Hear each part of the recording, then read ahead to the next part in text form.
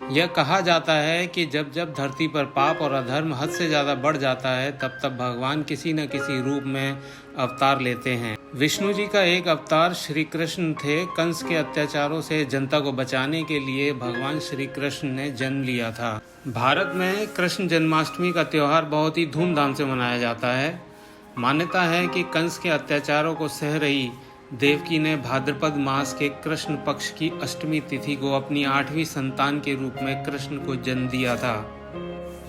इसलिए हर साल भाद्रपद मास की अष्टमी को कृष्ण जन्माष्टमी के पर्व के रूप में मनाया जाता है। श्री कृष्ण के आशीर्वाद और कृपा को पाने के लिए लोग इस दिन व्रत रखते हैं और मध्य रात्रि में विधि विधान से पूजा अर्चना करते हैं, भजन कीर्तन करते हैं और जन्मोत्सव मनाते हैं। इस दिन मंदिरों को विशेष तौर पर सजाया जाता है। कुछ स्थानों पर दही हांडी का भी उत्सव होता है। इस दिन मंदिरों में झांकियां सजाई जाती हैं और भगवान श्री कृष्ण को झूला भी झुलाया जाता है।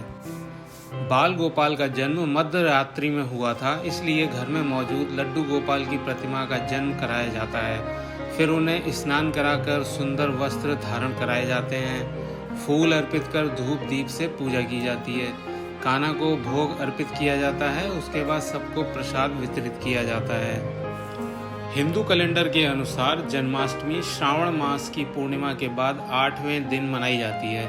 इसको ऐसे भी कह सकते हैं कि भाई बहन के सबसे बड़े त्योहार यानी रक्षाबंधन के ठीक 8वें दिन कृष्ण जन्माष्टमी मनाई जाती है। वर्ष 2023 में जन्माष्टमी 6 सितंबर और 7 सितंबर को मनाई जाएगी, क्योंकि जो अष्टमी तिथि है वह 6 सितंबर को दोपहर 3:37 से प्रारंभ होगी और 7 सितंबर को 4:14 पर समापन होगा।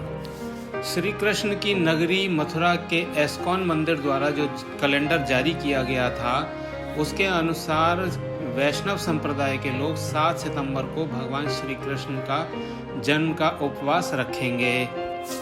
6 सितंबर 2023 को रात 11:57 से 12:42 के बीच जन्माष्टमी की पूजा की जाएगी। जन्माष्टमी व्रत का पारण 7 सितंबर को सुबह 6:02 से या शाम 4:14 के बाद किया जा सकेगा। जैसा कि प्रचलन है, गृहस्थ और वैष्णव संप्रदाय के लोग अलग अलग दिन कृष्ण जन्माष्टमी मनाते हैं।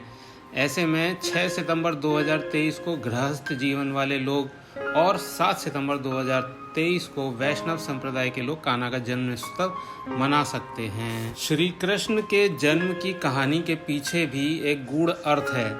इस कहानी में देवकी शरीर का प्रतीक है और वासुदेव जीवन शक्ति अर्थात प्राण के प्रतीक हैं। जब शरीर प्राण धारण करता है तो आनंद अर्थात श्री कृष्ण का जन्म होता है। इसलिए अहंकार, जो कि कंस का प्रतीक है, आनंद को खत्म करने का प्रयास करता है। यहाँ देवकी का भाई कंस यह दर्शाता है कि शरीर के साथ साथ अहंकार का भी अस्तित्व होता है। एक प्रसन्न और आनंद चित्त व्यक्ति कभी किसी के लिए समस्या खड़ी नहीं करता है, परंतु भावनात्मक रूप से दुखी व्यक्ति अक्सर दूसरों को दुखी करते हैं या उनकी राह में अवरोध पैदा करते हैं। जिस व्यक्ति को लगता है कि उसके साथ अन्याय हुआ है, वह अपने अहंकार के कारण दूसरों के साथ भी अन्यायपूर्ण व्यवहार करता है।